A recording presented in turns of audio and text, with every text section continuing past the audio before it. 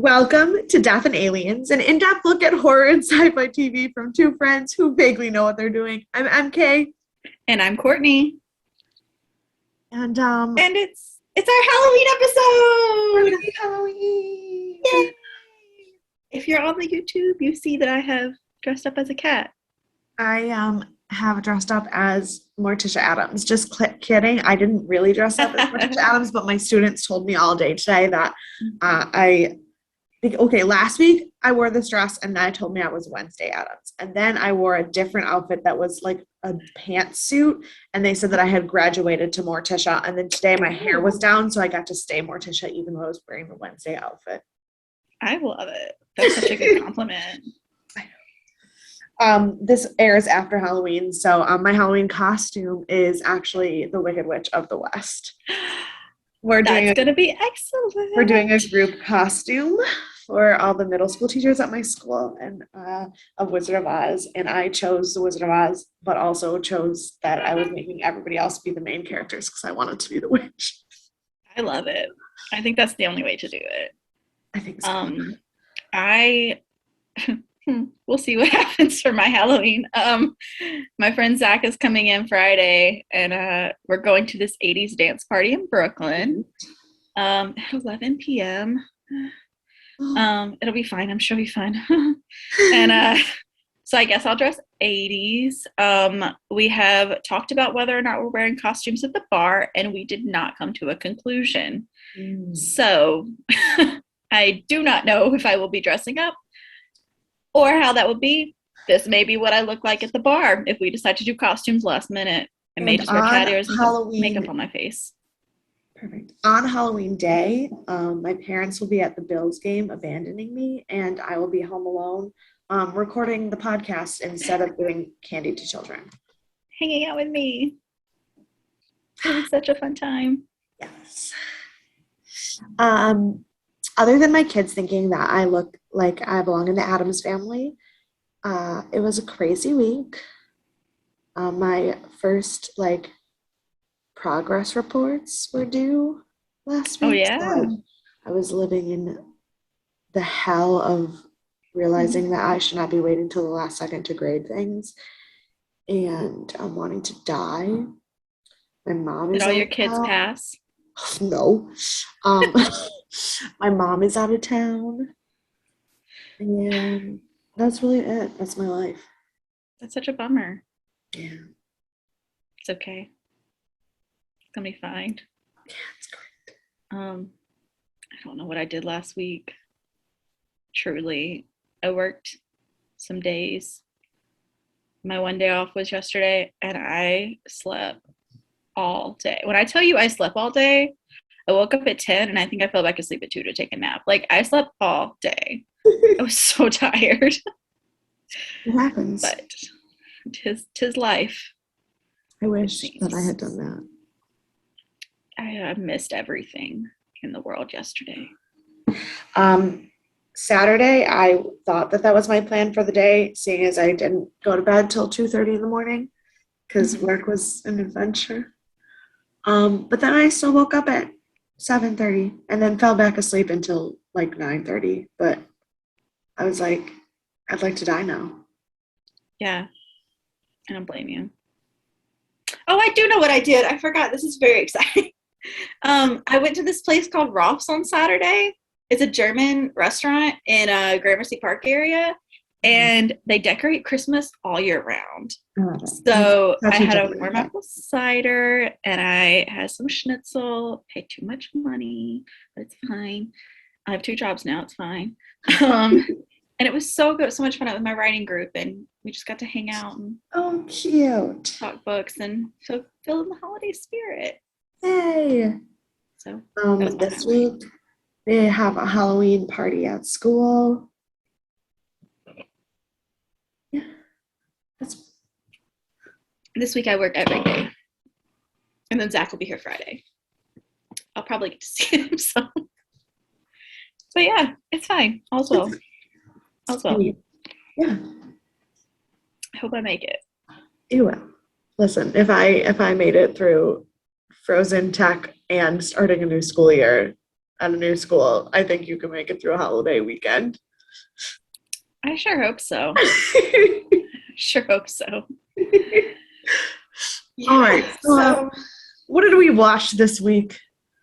we watched the classic horror film Psycho, directed by Alfred Hitchcock. And I thought it was excellent. I'd never seen it before at all. I like vaguely knew what it was about because like you kind of have to, I feel like, if you're like alive as a person. But yeah, so I thoroughly enjoyed it. What were your thoughts? I also had never watched it all the way through before. I mean, the problem is I've watched enough things on the internet that I have seen all of the most iconic moments. So like, wasn't really new. And I knew the whole story, but it is a really good movie. See, I did not know the whole story, and I had only seen the shower scene. Oh. Yeah. Oh, yeah, no, I knew the whole story. Right. I did not, and I'm really great at keeping myself spoiler free of things in general. So that was fun to experience it. I wish that I had that experience. Like, I wish I had seen it not knowing the ending, because like at one point I have a note that says that like I genuinely think that if I didn't know the movie, I would find Norman awkwardly charming in the beginning. I knew who the Norman Spate character was without knowing what happened, because I know other characters who have been inspired by him. Right. So I wasn't like, I knew he was creepy from the beginning. I just didn't know how exactly it ended. Right. No, but like I literally was like, if I think that in that moment, I would find him awkwardly charming and like really be endeared by him, except for that I know that. I can see that. Yeah. Yeah. Well, you want to jump right in? Let's go for it. All right. So Psycho, directed by Alfred Hitchcock. It was written by Joseph Stefano, who was also known for writing on Star Trek The Next Generation and The Outer Limits, which is a show we have been recommended by my aunt. He is the screenplay, right? Not the novel? Yes. Okay. Yes. And then the novel was written by Robert Bloch. I'm going to say it's Bloch. It's Bloch. Yeah. He also wrote 3 of the Star Trek, the original series episodes. So they got a lot of Star Trek going on here.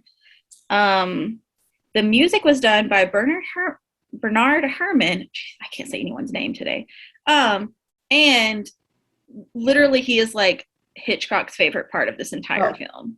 Literally, the music is the best part. Well, it's definitely excellent music, but like all of the trivia I read, it was just like, I wasn't going to do this. And then I listened to Herman's recording of like what he wrote, and then I did it because I love him. Yeah. They doubled his pay at the end of the film because he liked him so much. I mean, and he also did movies like Taxi Driver with our favorite Robert De Niro and Citizen Kane, among other Hitchcock films. He did a lot of Hitchcock films too. Oh yeah. And then the top 2 billed actors, I just went to the top 2. I understand the others are also top billed, but these are the 2. Anthony Perkins, Norman Bates. I mean, he is quintessential. Everyone has seen his face, even if you don't know this movie.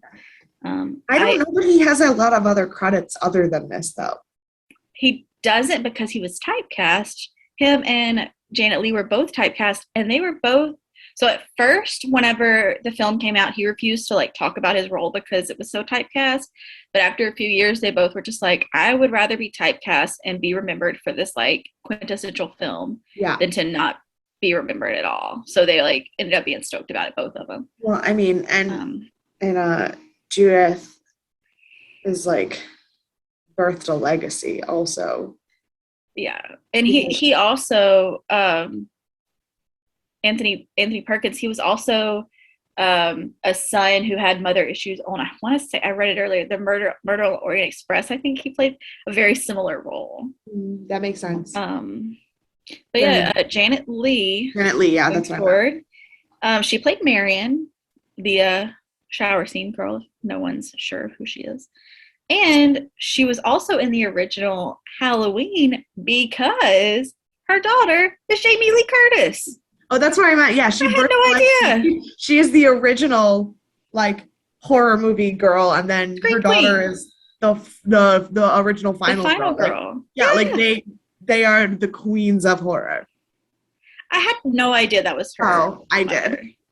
And I was reading that earlier and it blew my mind. So love that for them. And this, just as a note, this film was released on September 8th of 1960. So it's been out a minute. So to get into the film, it starts at 2:43 on December 11th. Oh, well, first I wrote that I love the themes. I love the theme. Like while I was watching the credits, I didn't fast forward through the credits because I just love the music of this movie so much. The whole music, all of the music is excellent. So good. But then my next note says oddly specific time and date. I thought the same thing, and then I'm still not sure super why it matters. I mean, I get that we have to like keep up with it for the timeline of like. Here's the thing, and I figured it out. Okay. In the scene where Marion and Sam are in the hotel and they're talking about leaving the hotel, they specifically say that checkout time is at 3:00 and it's 2:43. So now you understand why they're in such a rush to like get out of the hotel. In that, like in the moment where she was like, just marry me, and he was like, no, like, and was like, oh yes, that whole thing, that whole fight, and them like rushing to get dressed and ready and everything. They have to check out in 17 minutes, and they can't leave together because they're not married. Exactly, which is my next note. So this movie starts out with a very risque scene for the 60s. Right. My dad didn't watch the whole movie with me today, but he was watching part of it, and he goes, I forgot that this is just like very risque for 1960. She's in her underwear. There are no rings, and he's been divorced. And I'm like, this is very taboo. However, there is a reason for that. This is a trivia. Hitchcock made these more risque like scenes because when the censor board, whatever they're called, went through, he wanted them to be taken aback by these scenes so that the shower scenes and other of the horror scenes were overlooked and not considered too risque for the film. And that's exactly what happened. They like focused on the scenes where she's in her underwear and where she's like changing before bed, and they don't focus on like the shower scene, and he's able to get away with more than you normally would in a film because of that. So that's why. But I did not know at this point that yet. So, and then we see her, Marion goes to her office and hold on. Before in that scene, she's really sassy. I really appreciate her. I love her sass. She is super sassy, and she has given him all of the shit about, like, he is talking about how he has to pay these alimony payments, but he can't wait for his ex-wife to get married again so that he can stop paying alimony. And she's like, you want her to get married a second time, and I haven't even gotten to get married a fourth time?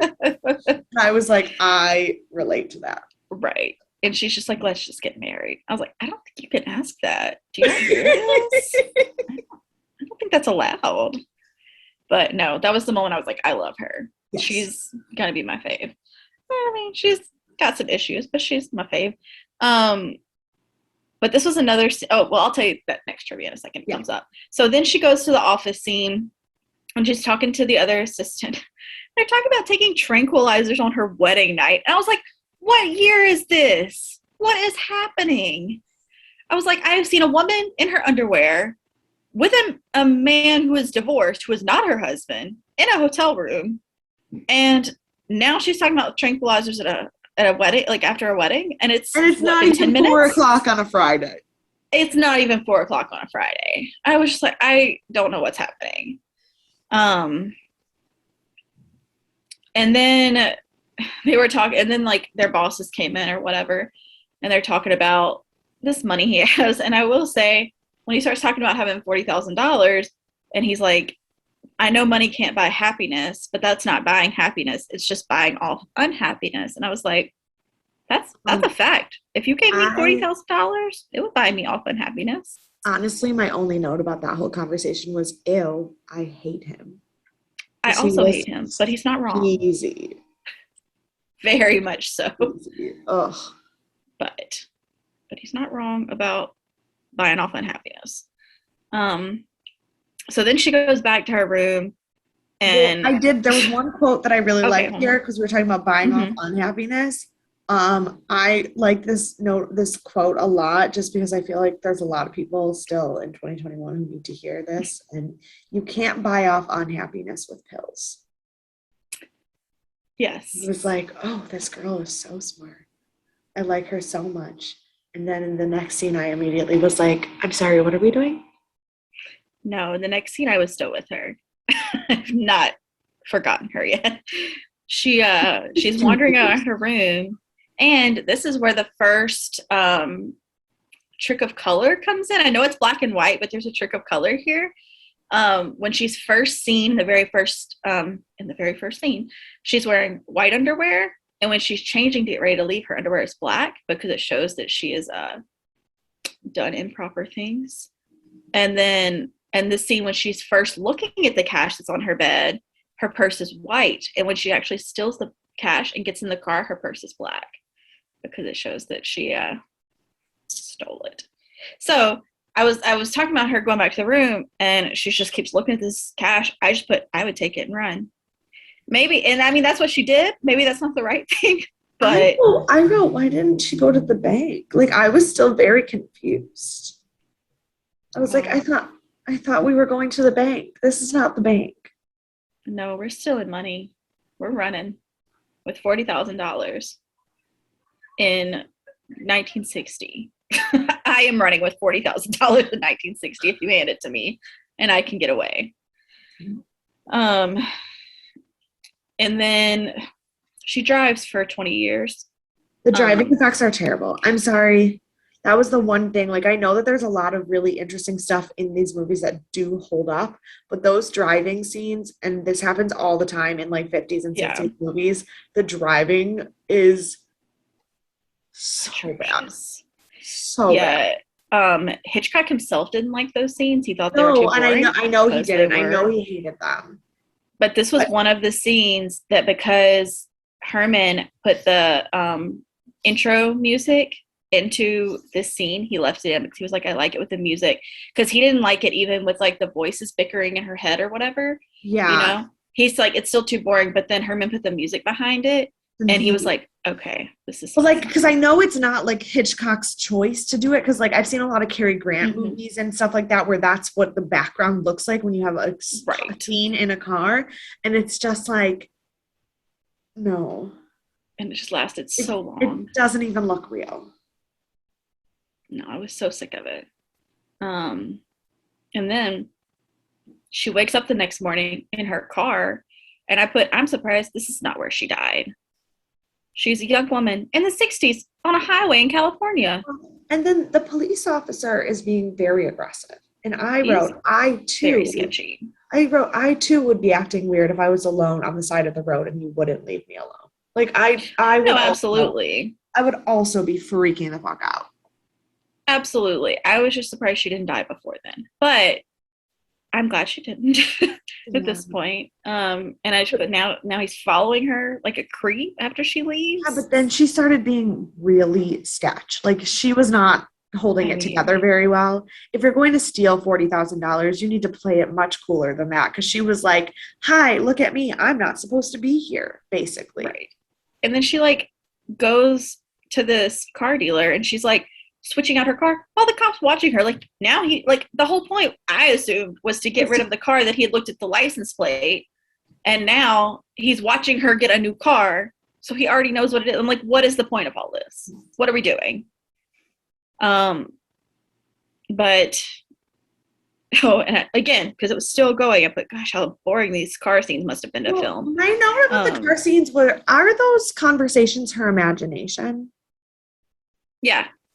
Okay. Well, because the thing is, I couldn't tell based on how they were going Like in the first one where she was imagining the conversation with Sam, I could tell that was her imagination. But then all the conversations about like calling her sister and her boss not knowing where she was and all of that stuff, I was like, is she imagining this, or is this like their way of telling us what's happening at home while she's driving? No, I think she was imagining all of it Okay. because I think it was her guilt coming out. That's fair. No, and that makes sense. I just was very confused about that. Though just those moments. I was like, I don't know if this is a film device or like a character device. Yes, I see. Yeah, so now she's driving and she seems to start to calm down a bit after she gets pretty close to the hotel right before the rain starts. She seems to have like a moment of calm, and then the rain starts. She's like nervous again, and Oh, this is the because she first. couldn't see Yes, shit. I'm right. surprised she didn't die. And then the number of times she should have So died many already. times, so many times. But like, um it was raining that hard when I was driving home from work today, and I thought I was gonna die. And like, that is with windshield wipers that were made that not in work 1955. that help you see outside. Yeah. And then we see the infamous Bates Motel sign. And have you seen the new like renditions of the show or anything? What, like the Freddie Highmore TV show? We'll say that one. There was one that came out like in the past like 10 years or so. The the TV series Bates Motel? Yeah, they remade it, I thought. Yeah, Freddie Highmore plays Norman in it. Gotcha. Then yes, Yeah. that is what I Oh, meant. yes. I watched the first episode. Okay. I have not seen it. I have not seen it, but I want to. Did you like it? I do. I like it. I mean, and I love Freddie Highmore. I think he's phenomenal. So Good. I'll add it to my list. okay. So then she goes up and she talks to this guy who's like awkward, kind of like boy next door, but he's just kind of like hanging out, thrilled to see someone other than himself, it seems like. And she walks up and he's like, "We have 12 rooms, 12 vacancies." And I was like, that should have been a sign. Like, that's red flag number one. Like, he's way too excited about This that. is where I wrote, he's so awkwardly charming that if I didn't know the story, I'd have a crush on him, which really shouldn't surprise me that like You have a crush on the bad guy? Right. Yes. like a literal psychopath. Right. I mean, but that's part of their charm, is they're supposed to be charming, although he's not as charming as some of them can be. I did tell my dad about my fear that if I were 15 at the right time, I would have left with Charlie Manson, and he didn't tell me I was wrong. So, because you're not. I mean, he played it off as like a music gang, let's say, where they did their own music and they just hung out and danced around and did drugs. Like, not that you do drugs, but like you probably would have if you were like with them. So, I like, mean, even my own father is like, yeah, you would have. Well, I've also always said that my other close friend that would probably join a cult out of convenience would be Caitlin. She didn't have like Jamie, and she'd be like, "Ugh, I don't want to do all this by myself. They want us to like come together and do this all together and take turns cleaning and cooking and just hanging out outside." In a heartbeat, she would join a cult. She doesn't like when I tell her that.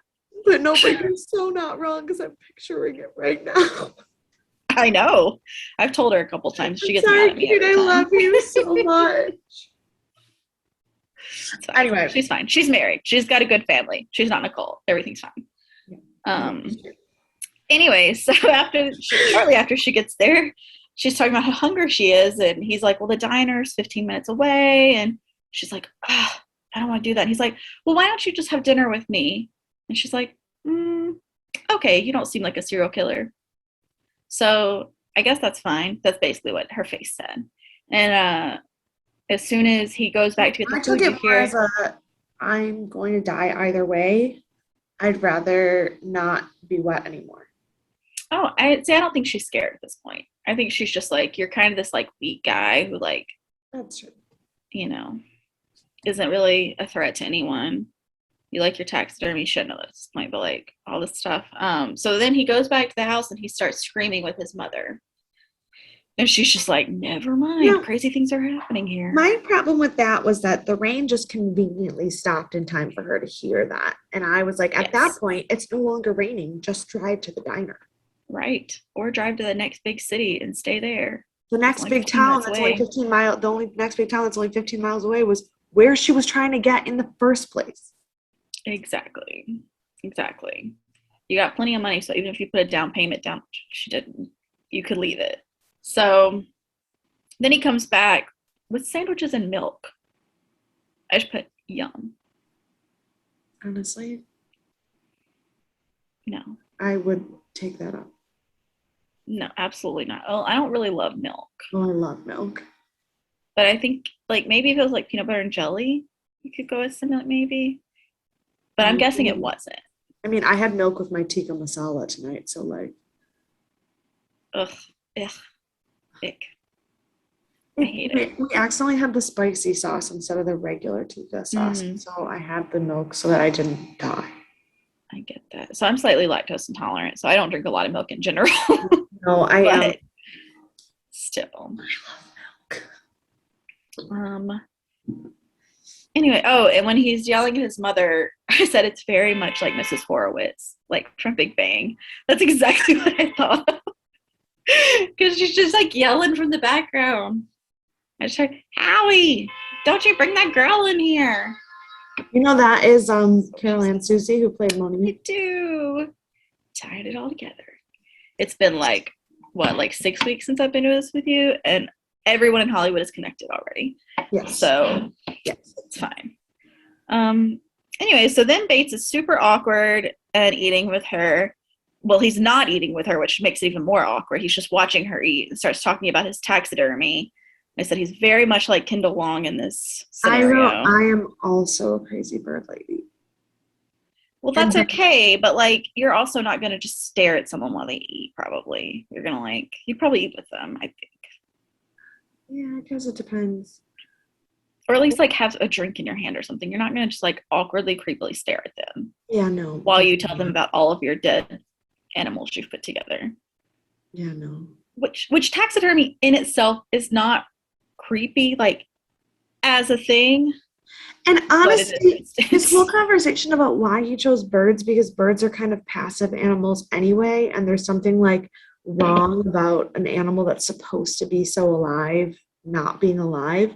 Like, I was totally on the same page as him. I was like, I feel that. I get it in my soul.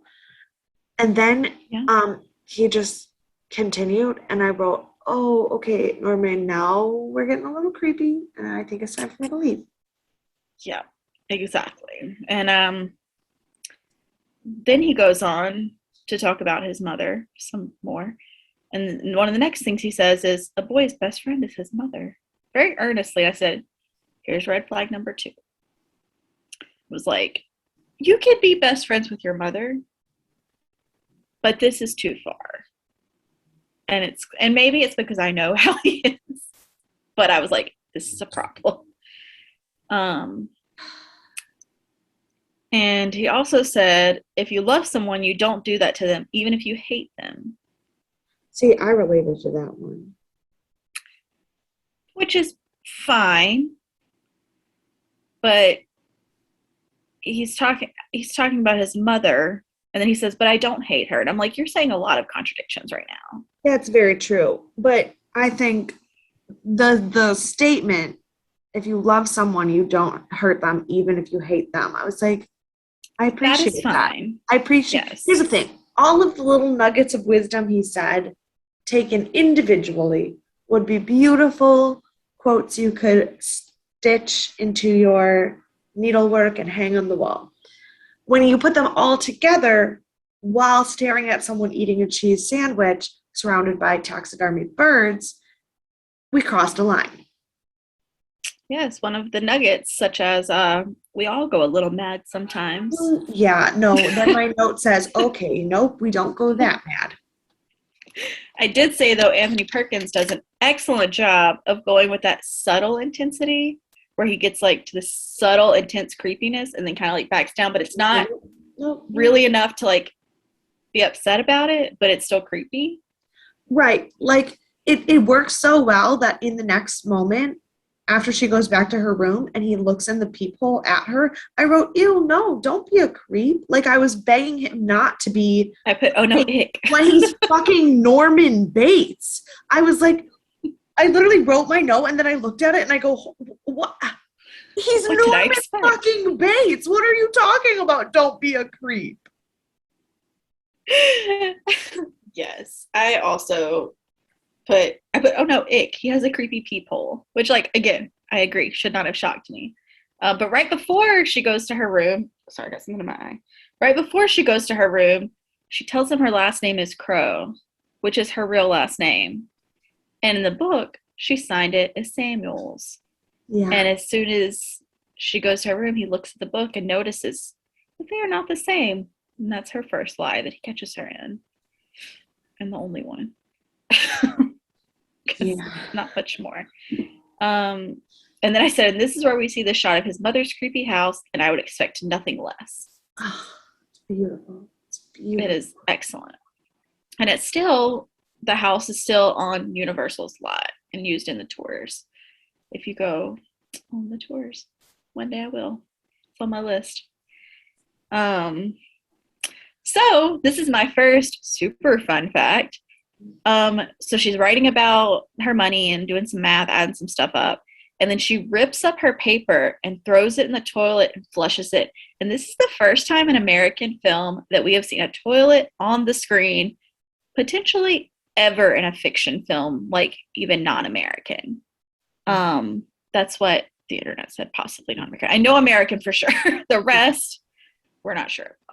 And that's crazy because I would assume that it would be because a lot of Asian cultures were still not using like Western toilets at the time, and European films would have had similar ratings to American films at the time. So I could see it being the first one ever.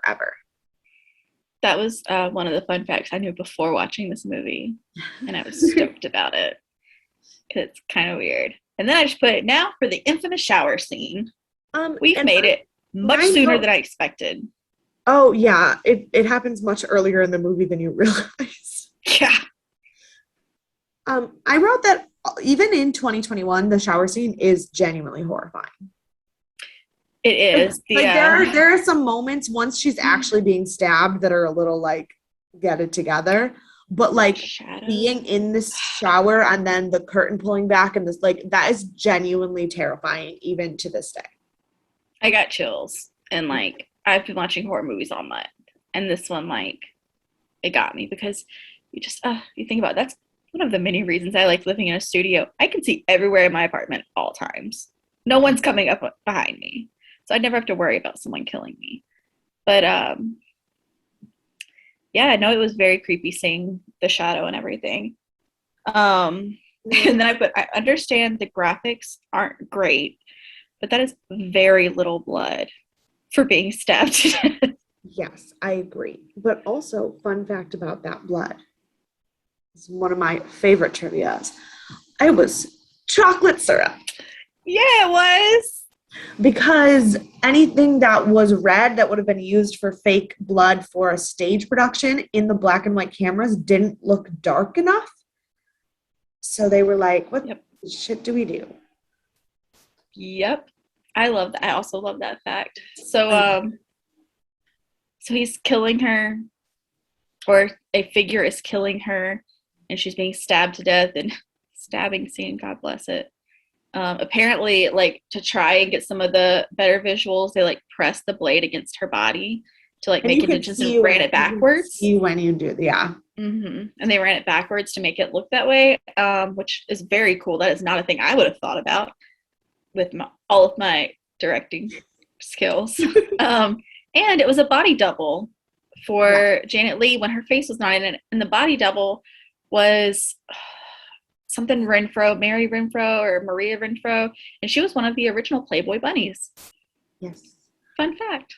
Yeah, because at the time there were still very few. I mean, obviously there was very little, even that much. The fact that Janet Leigh was in her underwear was like Right. intense. So they weren't going to use an actress for naked body parts, but that does not mean that nude modeling did not exist. Yes.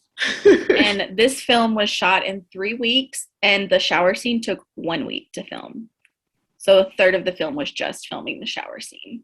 Which is amazing. Because they used like 48 angles or something. Yeah, which is amazing because there's so many other like really well done like filming moments in this movie that I would not.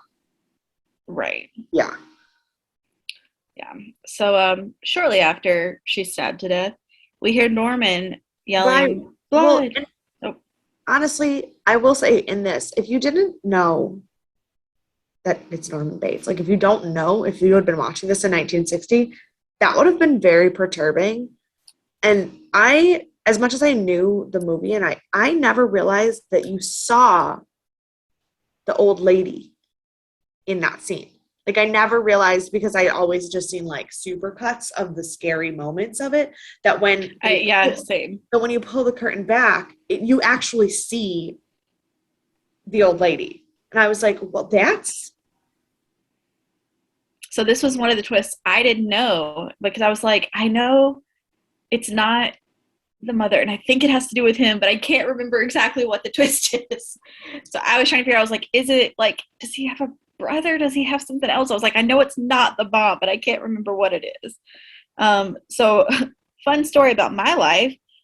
This is a great time to talk about my life, in case you're wondering. As he's screaming, blood, blood, mother, my light flickers. I was like, what is happening? And I was like, this is not the time for my light to be flickering when we're killing people in a shower scene. So I panicked a little. Not a lot, just a little. That's fair. But it was stressful. So then when he lays the shower curtain down to put her body on it, I was just like, that's very Dexter of him. It is. See how all of this has transpired in the future. Yeah, it also obviously I know that the connection is bigger than that, but when I saw him holding before he laid it down, when he just pulled out the shower curtain, I was like, oh, Patrick Bateman's raincoat in American Psycho. Oh gosh, I haven't seen that movie in so long. Yeah, oh yeah, but Christian Bale when he is got the axe and he's got the shower curtain. Yes. Yes. Yeah. You said that, I was like, but also in that scene, I said at this point, theoretically, we don't know that he has anything to do with this. We think his mother killed someone. And he's cleaning up after her. Mm-hmm. I wrote a mop and bucket, not the proper response to this. I said the same thing. I was like, dude, you need some cleaning products. But also, I was like, if I found a dead body in my hotel, I would call the police. Like, step one. And if I needed to be involved, I would not just look at it, walk away, and then casually go get my everyday cleaning supplies. I mean, but he doesn't know what to do. His mother's not there to tell him. For someone who doesn't know what to do. He has to protect her. For someone who doesn't know what to do, he knew exactly what to do. And he has to protect his mother at all costs. She's an invalid. Yes, but that his planning and his cleanup and his step by step, and he knew what to do. Yeah. Well, we find out there may be reason later. So after he cleans up, he takes the body and the car to be submerged, and I put in a sludge pond. First of all, no, my note says no wonder people carried bodies in trunks. That was the big. Why were trunks that big? To carry bodies. Do you not know the mob? That's what they did. They put bodies in trunks. Literally, he fit a human body, a suitcase, a bucket, and a mop all in the trunk of his car. Like it was no problem. Mm-hmm. Mm-hmm. I would like a trunk that big. Not for a body, just for everything else. Right. Let's make that very clear. Not to put bodies in. I mean, I'd like a car. Although my trunk on my car is very big. No, the trunk I on my could car is probably, also fairly large. I I could fit. probably could have body a suitcase and a bucket in there if I tried. I don't Because think like I a, could fit. it's like a hatchback truck. Yeah, in mine, I could fit the body in the suitcase and the bucket, but just the handle of the mop might make things tricky. Oh, Unless I well, got mine it at the opens right up angle. inside, so I could like stick it into the car if I need to. Yeah. Yeah. Again, we are not transporting bodies. That is not what we are doing. Although I have transported myself in the trunk of cars more than once. College was a That weird seems time. unsafe. It is very, very Yeah. much so. It's also illegal, and Yes. I do not recommend it to anyone. Please do not ride in the trunk of a car. Anyone. This is your PSA. So now we're in this sludge pond. I have a lot of questions. What is this? Is it supposed to be water? Because it It's looks like a swamp. pond. Yes, it But is it's supposed to be a okay. So I'm from Louisiana. We have swamps. I've been there. Yeah. This isn't a swamp. This is a sludge pond. Well, I mean, also they're in California, so it might just be. Well, they have. That's exactly what I was about to say. I was like, they have the La Brea tar pits. So maybe that's It's honestly just a tar pit, but it's not really because then they couldn't have recovered it. right. Whereas I don't know anything about California geography, and this is a made-up place. Fairville, is that what it's called? Fairville is a made-up place. Yeah. But La Brea has tar pits. I know that. That's the thing. Yeah. I don't know. Anyways, I had a lot of questions about that scene. I don't know why it happened. I put, where do you even find that? I don't know. So then 57 minutes in, we see the next top billed cast member, which is Vera Miles, who plays. One more note just about his cleanup process. He goes back when he went back into the hotel room to clean up. My note said, "Good luck if you had killed me because I leave my shit all over." Nobody would have been able to clean up after me. Hair everywhere. My hair, but also like when I get to a hotel, I immediately like vomit things out of my suitcase into everywhere. Like I don't know how, but I will have things in drawers I don't remember opening. There's no way. No way. No, see, I leave everything in my suitcase the entire time I'm there, unless I'm with Caitlin, who then unpacks my suitcase and hangs up my clothes for me so that they're. See, I wish that I unpacked it and hung it up like in a regular way, but no, I just like, I got a shoe over here. I got a book in that drawer. I got some makeup in the bathroom. Like I just immediately take over every space. That's a lot of work. That is a lot of work. It's not on purpose. Somebody would find you if you were murdered. Exactly. You'd be all right. Yeah, so now we meet Lila. Lila, yeah. Do you have another question? Nope. Comment? I don't. Okay, great. So Lila shows up looking for her over the weekend because her sister did not come back to Phoenix where she was supposed to be. And we see her go to Sam's hardware store, and this PI guy shows up who is an absolute jerk. I was like, there is no need to be that rude. These people are paying you. They also made him look very creepy for no reason. The first few shots of him were like really disturbing. And I was like, he's supposed to be skeezy, but not like terrifying. And I'm more uncomfortable with him than I was with Norman. I agree. I do agree with that. That is a fair judgment. Yeah, so he shows up. He's being super, super jerk to Sam. And I'm like, you are paid help. I understand Lila's the one paying you, but like she's clearly working with Sam, so you have to be nice to him too. That's just how the rules work. And so then he goes to the Bates Motel finally after thousands of other hotels that he's gone through, it seems.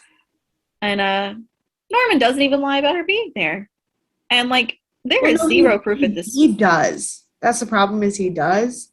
And then he shows the guy the book and the guy's like, I think this is her. He goes, oh yeah, her. Yeah, I remember her.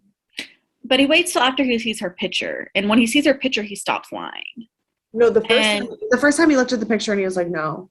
And because then he starts talking about how like, oh, her hair was different and it was raining. So like he tries to lie and then realizes it's not gonna work, and so he just plays it off as like, oh. But I'm just like, even just the book, like feels like not enough for me. And I feel like he could have gotten away with lying if he wasn't as awkward as he was. Because, like, she didn't even put her real name in. She didn't pay for a night. Yeah. And so there was no real proof that she was there. I mean, there was a book that could have been hers. I have a note from this scene that just says, "That's so creepy," but I don't remember what it was about. Was it whenever he was talking about changing the sheets once a week because he doesn't like when they get damp? No, that was weird. But I think it was later. I think it was when they came back outside. Something he said. When he followed, well, he says, "You can come change the sheets with me." He's like, "No, thanks." And he walks up to the door of where she was staying, and he hesitates, and he reaches out his hand, and then backs up, and then goes, I'm like, "You can't hesitate where she was murdered. Mm-hmm. That's just giving yourself away." Oh, it was something he said about his mom. Oh, yeah. He said, yeah, when he was getting upset about, like, just because I'm a man doesn't mean I can get fooled by a pretty girl. And he was like, she might have fooled me, but she didn't fool my mother. Oh, like, yeah. Oh, that was Yeah. creepy. I don't like that. And now you've also implicated your mother, right, who you said wasn't home. And now you're like giving him all this evidence that he would have never found otherwise. No, he's a terrible liar. Clearly not an experienced serial killer. Right. And so then the detective comes back, he's creeping around at night, and I was like, clearly he's gonna die. I wrote, sticking your nose in other people's business is how you get killed. Yes, exactly, 100%. And he does. He gets killed. In one of the most horrible visual deaths I've ever seen. There's a smear of chocolate figure, a chocolate syrup on his face, and then he danced to fall down the stairs that weren't really there. Yes. It was not cute. Yes. And I was like, Hitchcock, you can do better. You once attacked a woman with real live birds. You can push someone down the stairs. Right. Well, he does some crazy stuff in this one too that to terrify them. Well, I mean, there's always, which is worse, attacking someone with real live birds or Stanley Kubrick making Shelley Duvall do a scene 127 times? Yeah. No. Probably attacking with real live birds is worse, but they're not great. Neither is great. Yeah. Poor Shelley Duvall. God bless her. So now we go back to Lila and Sam.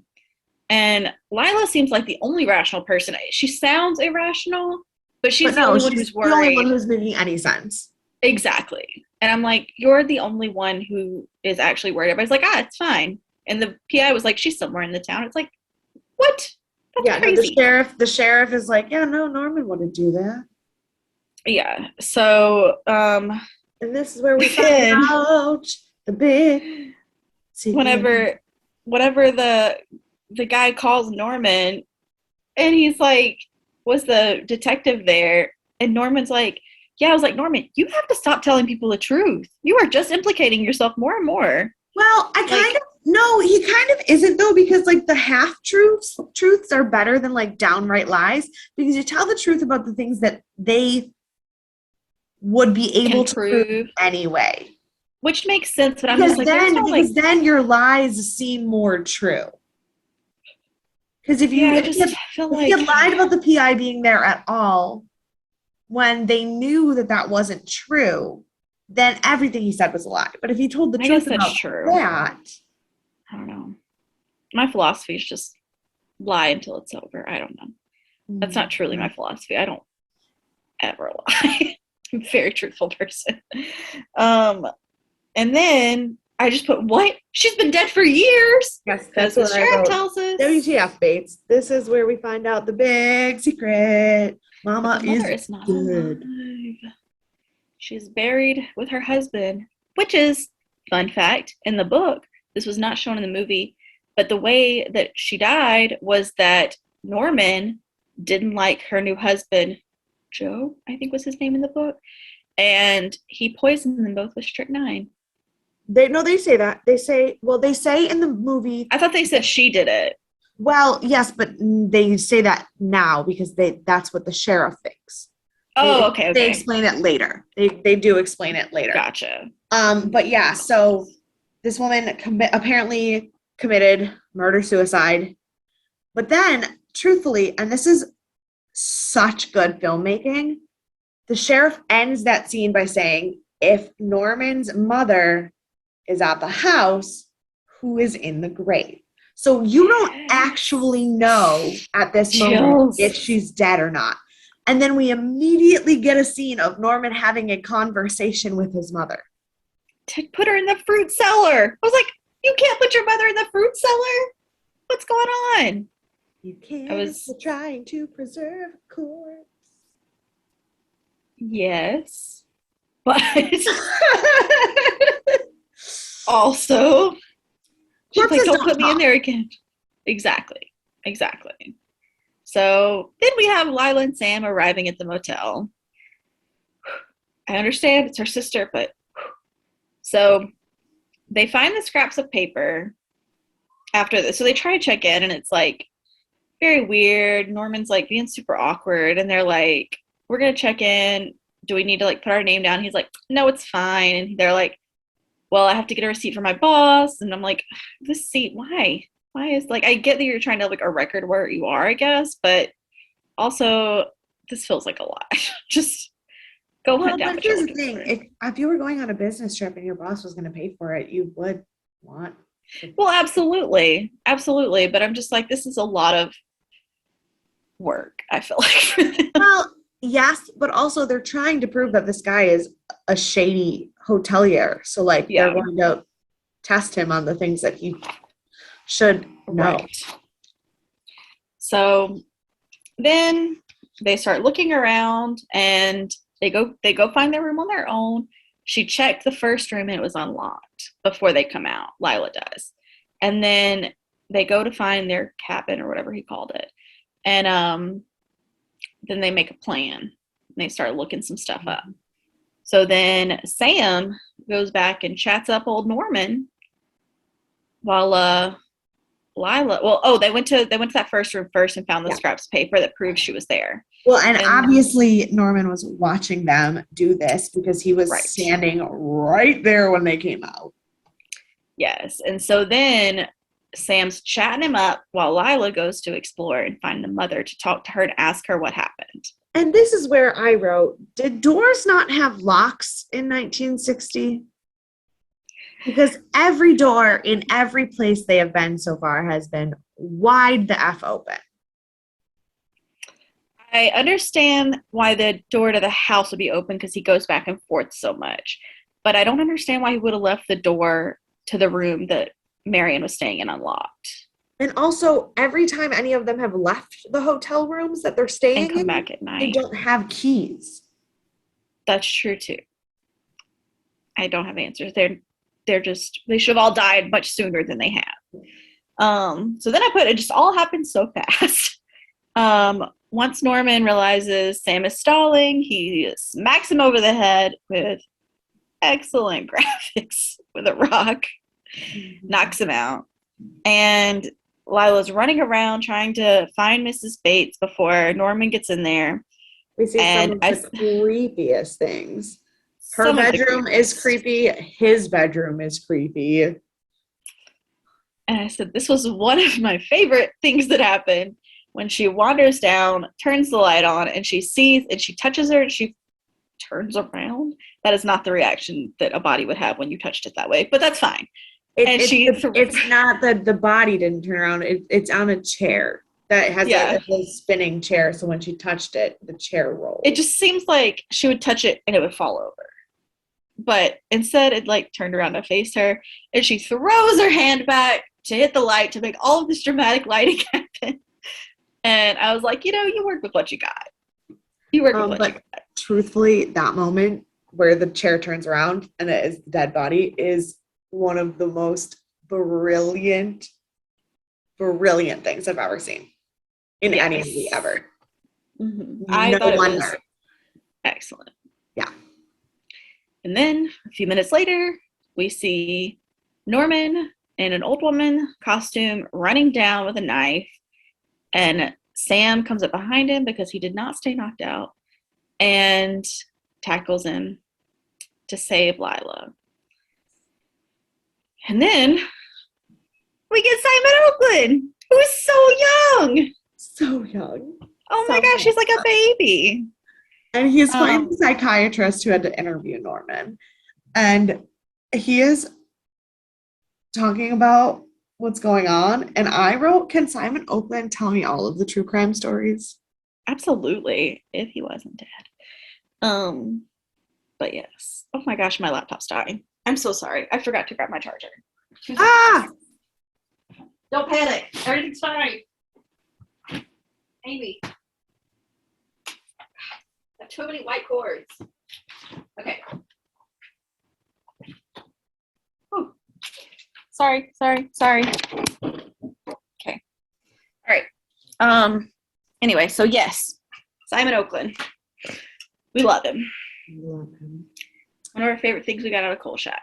But also I kind of love this because I love that they didn't even think to leave it. I mean, they do, but like they didn't really even think to be like open-ended about it. They were like, here is exactly what happened in the movie.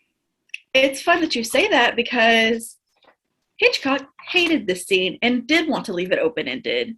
But when he was pitching it and when he was talking to other producers and whatnot, they strongly insisted that he leave this part in because they wanted to have an explanation. And so he did.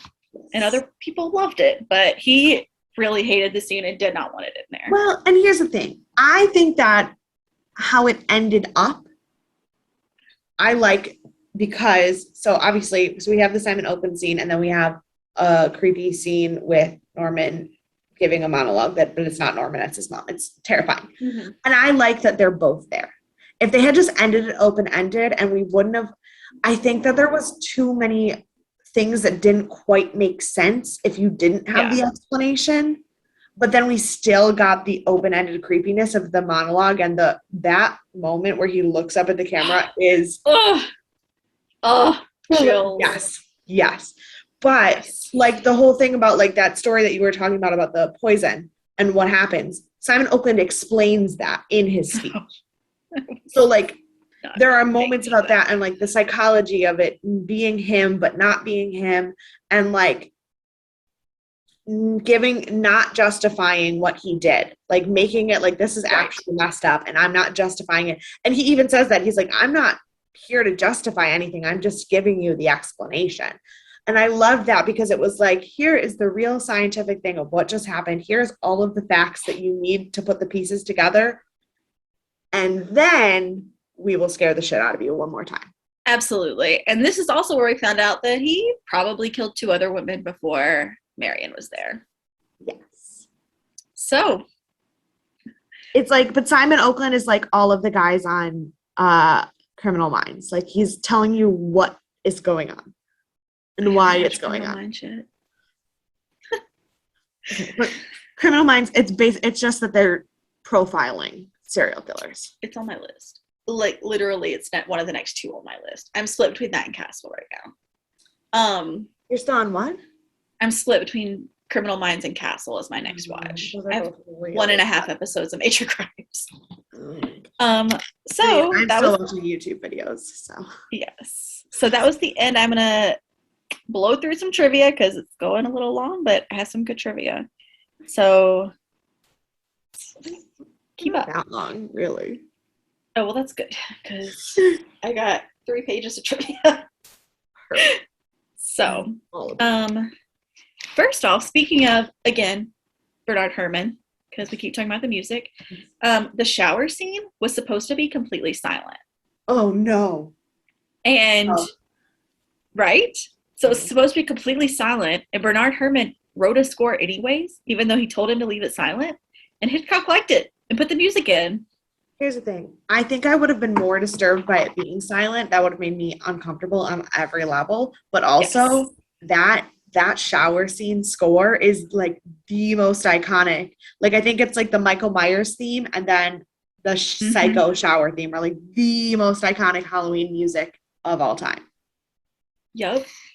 The Monster Mash the Halloween. Yes. Don't forget the Monster Mash. It's a classic.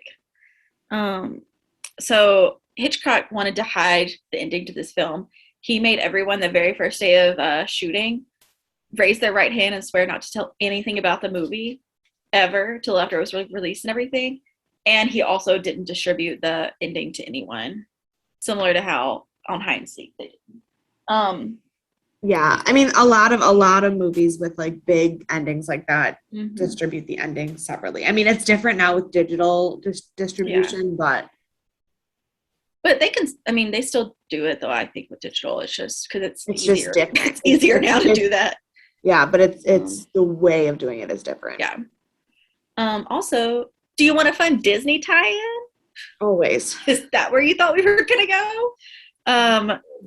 So apparently Hitchcock wanted to shoot one of his films at Disneyland. I do not know which one, it did not say. And Walt wouldn't let him because he, quote unquote, had made that disgusting movie talking about Psycho. And Walt wouldn't let him shoot at Disneyland. I love it. So that was funny. Oh, this is a fun comparison. So there was a French film that came out right before Psycho called Diabolique. That's how I'm going to say it. And it was Henry something Cuso or something. I meant to look it up again. I forgot. But he was like Hitchcock's mortal enemy or something. Yeah. They were always against each other. And so he made his Diabolique came out a few years earlier, and it was a black and white horror film in non-black and white times. And Hitchcock, this was his answer to that, essentially. Henri Georges Clouzot. Clouzot is that's the one. Yeah, that's the one. And it's funny because in Diabolique, there's a bathtub scene that's terrifying, and then in Psycho we have the shower scene. And apparently, Hitchcock received an angry letter from a father of a young daughter who was refusing to ever bathe or take a shower because she had watched both films, and so she would just not do either. And he wrote back and said, send her to the dry cleaners.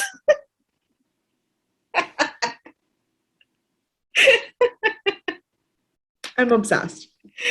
I laughed so hard. He's a horrible man. And I also... I laughed so much when I read that. That might be my favorite fun fact. He bought the rights to the novel, naturally, but he also bought as many copies of the novel as he could find so that the ending wouldn't be given away before the film came out.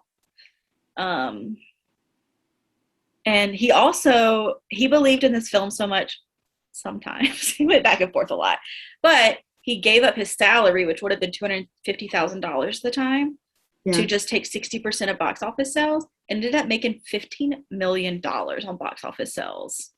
And that is insane, first of all, but that's what you get when you believe in your art. You get rewarded. More trivia. Let me go back over. Oh, and for those of you who do not know everything about true crime, the book was inspired by Ed Gein, as were a lot of other horror movies, such as Silence of the Lambs, Amityville Horror. And there was like one more that was a big one, but I can't remember off the top of my head. So Janet Leigh also received a lot of letters, a lot of threatening letters for what people wanted to do to her, which is not great. So that was terrifying for her, and she had to like meet up with the FBI and stuff to kind of like get everything taken care of. Another thing, so when she was filming the shower scene, they like made like the water, there have been rumors the water was cold to make her scream. She has come out and said no, they kept it at like a warm, comfortable temperature because it was so much filming. So while she was filming it, she was fine. And then when she watched the scene, it terrified her so much she never took another shower again. She only took baths until she died. And I was like, well, that's so weird. Yeah. No, I mean, I know a lot of people who have done scary movies, who've done horror films, and like it doesn't affect them because they know what was happening. Mm-hmm. Weird. It was just when she watched it. Filming it, she was fine. When she watched it is where it got her. And another thing that she probably has PTSD about, the body or like the skeleton they used for Mrs. Bates. Yeah. Hitchcock put it in Janet Leigh's dressing room and didn't tell her to see how loud she screamed to make sure it was scary enough to use in the film. So here's the thing. While I do understand that is traumatizing and not quite ethical, I definitely understand his point of view. I mean, I also do, but I kind of probably would have done the same thing. I don't think I would have. But it's tamer than attacking someone with birds still. So like, yeah, for sure. My only question is, because I did look this up, I forgot. Was it a real skeleton that was used? Because in the birds, he did use real human remains. I don't believe so. I hope not. No, in this one, because it was featured so prominently and it had to look so specifically decayed, I believe it was. Okay, that's what we're going to created. say. We're going to make a statement here that that's what it was, and hope for the best. If we're wrong, please don't correct us on this. Please don't tell us. We'd like to live in our ignorance. It's fine. He almost cut it down to a television episode as opposed to making it a full-length film. No. Because he just didn't like a lot of it whenever he was making it. But then Bernard Herrmann did the music, and he was like, I love everything about this now. Because my music man's that would have been a terrible TV episode. Yeah. This film has also had ratings everywhere from PG to R. So the rating system didn't come into place until 83, I believe. And it was one of the like, they do back rate some, but not a lot. Yeah. And it's been rated everywhere from PG to R. I think if that film came out like today, it would be rated PG. Yeah. Because while scary, there's no like intense language. There's no full nudity. There's no full nudity. There's no bad language. There's no excessive gore.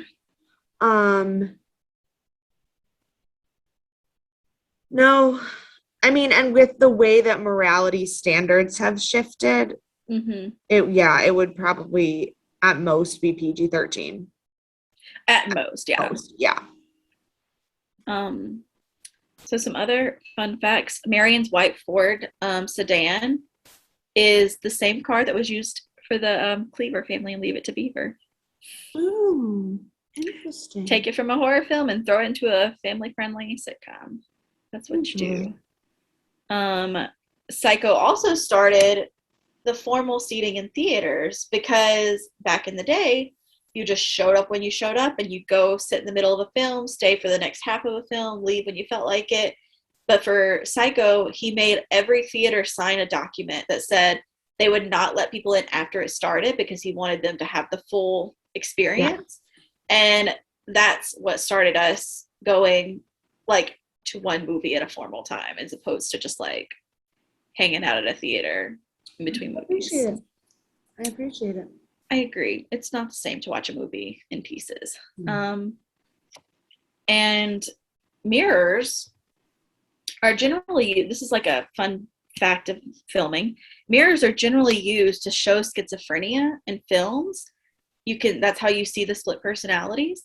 But in this film, everyone except Norman is seen in a mirror. So he's the only one you don't see in a mirror. I love that, actually. Right? He also intended this film to be a dark comedy, not a horror film. He thought it was like playful, I guess.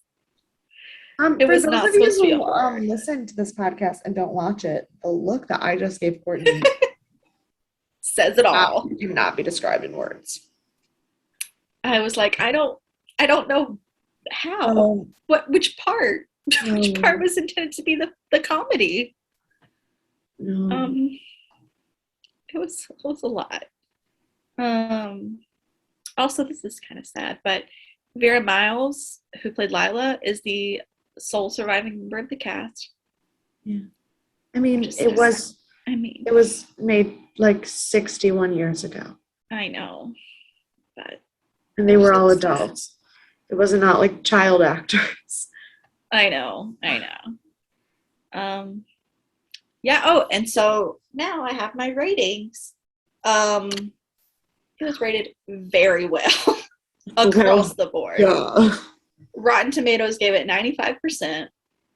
Metacritic gave it 97, and Robert Ebert gave it 4 stars. And I would like to read what he said. I think that's the last thing I have. It was too long, so I should have screenshot it. So from Robert Ebert, he said, "What makes Psycho immortal when so many films are already half forgotten as we leave the theater is that it connects directly with our fears. Our fears that we might impulsively commit a crime, our fears of the police, our fears of becoming the victim of a madman, and of course, our fears of disappointing our mothers." No. I loved it though. No, I love that, but also, I mean, I don't really have those fears. okay. But I was just looking for shits because sometimes I think the audience reviews are even better because they're just random people. And I'm not going to read this whole review. This is an audience review on Google. I just want to read the first sentence because I cannot believe that someone actually wrote this. Inside every tough guy, there's a little psycho. And inside every psycho, there's a teensy-weensy mother just waiting to jump out and grab a knife with her cold, dead hand. all right. The co-ed killer would agree with you. I forgot his name. Ooh. The co-ed killer. I forgot his name. Oh, I was also going to mention some what I'm assuming are heavily influenced from this film, Norman Bates. But I tried to look it up and couldn't find like a list of people, like of new characters that were inspired by Norman Bates. They kept telling me that he was inspired by Ed Gein, and I was like, I got that part. If you've watched American Horror Story, Danny on Freak Show. Yeah, Freak Show. Very Norman Bates-esque. You haven't seen it, but he is through and through. Which is funny. Have you watched The Joker, the new movie? Yes. The Joker? Okay. So you know his mom on The Joker? Yes. Okay. So I also believe The Joker was influenced by Norman Bates, especially in the new film, because he had a lot of... I believe it. A lot of the mama's boy tendencies. But what's funny is in American Horror Story, the woman who plays the mom of the Joker also plays the mom of the boy Danny, who is also influenced by Norman Bates. And she's a little crazy, and usually in her roles, so not surprising. The Texas Chainsaw Massacre. That's the one I meant, not Amityville. Okay. I'm just looking at the 10 best horror films inspired by Psycho. Black Christmas. Oh, I just watched that. Deep Red. I didn't watch that. I don't know how Black Christmas was inspired by Norman Bates or by Psycho. Does it tell you why they say that? I mean, it's a slasher film, but like, it's like a slasher film of revenge. Yeah. And a sorority. Anyways, that one doesn't add up. I think that just whoever made it was inspired. That's fine. Oh, John Carpenter wrote it. That makes sense. Yeah. I did watch the new one. I knew Halloween. Friday the 13th. Dress to Kill. I don't know that one. Oh. Michael Caine plays a cross-dressing murderer. Interesting. Wow. Nightmare on Elm Street. Scream. So basically all the slasher films. Basically. Behind the Mask: The Rise of Leslie Vernon. It's a mockumentary. Oh, okay. Oh, wait, I And don't know then that one. You're Next. I've heard of that one, but I haven't seen it. Interesting. Yeah. Well, it sure did inspire a lot of things. I'm sorry for Henri Georges Cousin Yeah. that his film is what made Hitchcock do this film, and no one knows about Diabolique. Well, like people do, but not like not as much as Psycho. French films are weird. They are weird. That's accurate. There's this one French film that I absolutely love called Delicatessen. Mm-hmm. And it is about like this post-apocalyptic world, and this family is running a butcher shop, but they're killing people and selling people meat. Mm-hmm. It's like fucking, Sweeney Todd. yeah, but it's fucking weird. Sweeney Todd's based off an Italian opera, which I've also seen. Yeah, so that's it. That is Alfred Hitchcock's Psycho. And I did not watch all of the Hitchcock films in October. I watched one of them. Well, you still got 6 more days. I got a few movies. We have a recommendation from my friend Becca, who follows us on Instagram. She wants us to watch The Autopsy of Jane Doe. Oh. I'll probably never sleep again when I watch it, but I told her I'd watch it. Yeah. So, Well, a good recommendation. If you recommend it, I'll watch it. Even if I never sleep again. I just don't watch a lot of movies. I'm only doing it for October. I will not be watching movies until next October after this one. Probably. Yeah. So, but I'm really into my 31 days of October. I just watched a movie recently. You watched Psycho? Well, yeah, That's darkish. Duh. With my dad. I'm seeing. These are all things you watch with your dad. Yeah, I do. I just watch everything with my dad. No, but the other day we were like he was like, hey, do you mind if we watch this? Sometimes he's like, would it be okay if I watch this thing with you? And I'm like, yeah, I don't care. Am I going to have nightmares for the rest of my life? Then it's fine. He doesn't like, yeah. No. We watched Black Widow. I know that. But that was like 2 weeks ago. Oh, it's so good. I swear we watched something yesterday, but I have no idea what it was. Football? We were gonna watch a movie, but then we watched football instead. That's what happened. Mm-hmm. Yeah, got it. I see. All right. Well, that is our wrap up of our Halloween and October spooky month times. But now, time for the big announcement. The big reveal. Our next show on. Oh God, I was gonna say what year it came out, and then I realized I don't remember. It is 2003. Is it? Do you just know that off the top of your head? I looked it up one time. Oh, it is from 2003. Yes, the 2003 cult classic, and this one actually is a cult classic. It is. Dead Like Me. Yay! Dead Like Me happens to be one of my favorite shows. I probably watched it not when it first came out in 2003, but very, very close to, like back when between the show ending and the movie coming out is when I watched it. So still back probably 15 years. And I haven't watched it since then. I have never watched it. I heard about it about 2 years ago. And I wanted to watch it then, but it's just been on my list, and my dog's here. So I'm thrilled to watch it. I can't wait. I think I'm going to love it. It is, for those of you who want to watch along with us, it is currently on Amazon Prime through IMDb TV, which I was very confused, and I looked it up, and IMDb TV is just free. It just exists. It is a thing. Mm-hmm. But if you look up where to stream it, like streaming websites don't tell you it's on Amazon. They tell you it's on IMDb, but IMDb is just part of Amazon. Yeah.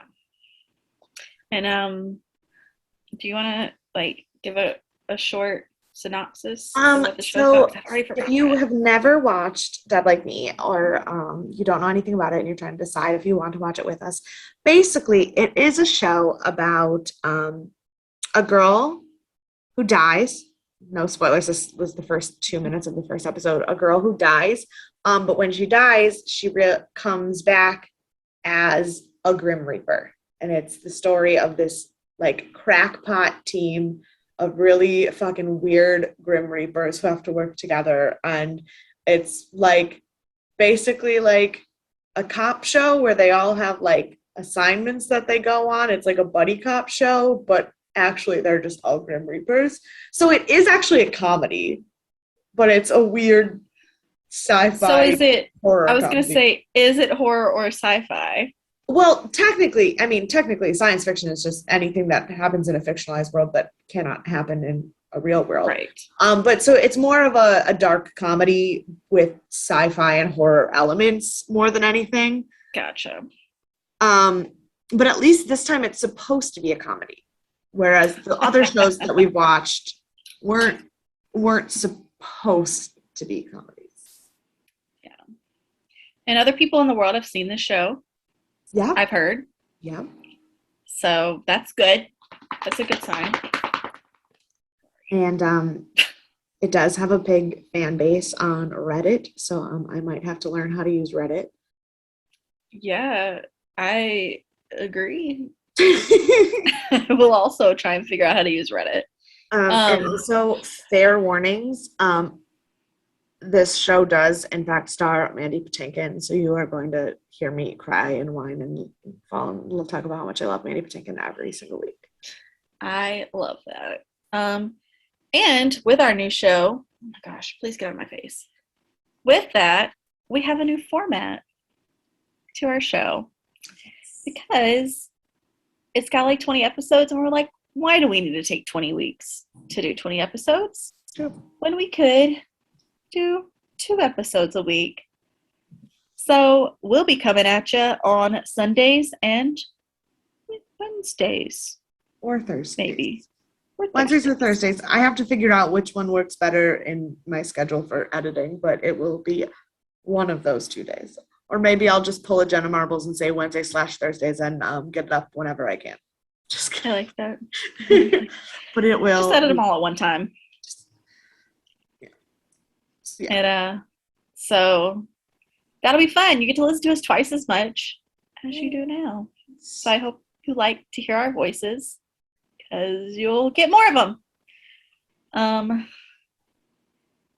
Yeah. Is that all of our announcements? I think so. If you have anything you would like to add about Psycho, about Dead Like Me, about Halloween, about literally anything, you can catch up with us on Instagram and Twitter at Death and Aliens, or email us at deathandaliens@gmail.com. Yeah. And I guess been I watching can some good shows. This week was The Nevers. It was our sci-fi week, so we watched The Nevers. It was I pretty good. again didn't watch anything else that is sci-fi, but I did watch the season premiere of the new season of The Bachelorette, and I do have to say that there is both very good and very bad news in the Bachelorette world today. The good news, well, no, I'm going to share the good news last. The bad news is that Katie and Blake did break up. No. Yeah, they're both real. Like seemed like very genuinely like the whole him living and working in Africa is just too much. And it was really heartbreaking. Yeah. But the good news is that Chris Harrison and Lauren Zima got engaged today. I thought they were already engaged. No. Yay! So, and then also The Masked Singer, Grey's Anatomy. That's all I watch. Reality TV and Grey's Anatomy and YouTube videos. Since this comes out on Sundays, and Sundays is whenever I watch the horror or sci-fi show. This week, we'll be watching Lock and Key Season 2. If you didn't pay attention to our Instagram, you now know. But it's posted on Wednesday, what show we're going to watch on Sunday. All right. And if you care about our lives, outside of what we watch on TV, you can follow me on Instagram at EMKAY_superstar and Twitter. That's the thing. And you can follow me everywhere at CECloud13. And with that, we will see you guys next week for season 3 of Death Names. And I hope you have a wonderful Halloween and do lots of spooky things. Yes, and keep the spooky even when Halloween's over. Stay all year round. Bye. Bye.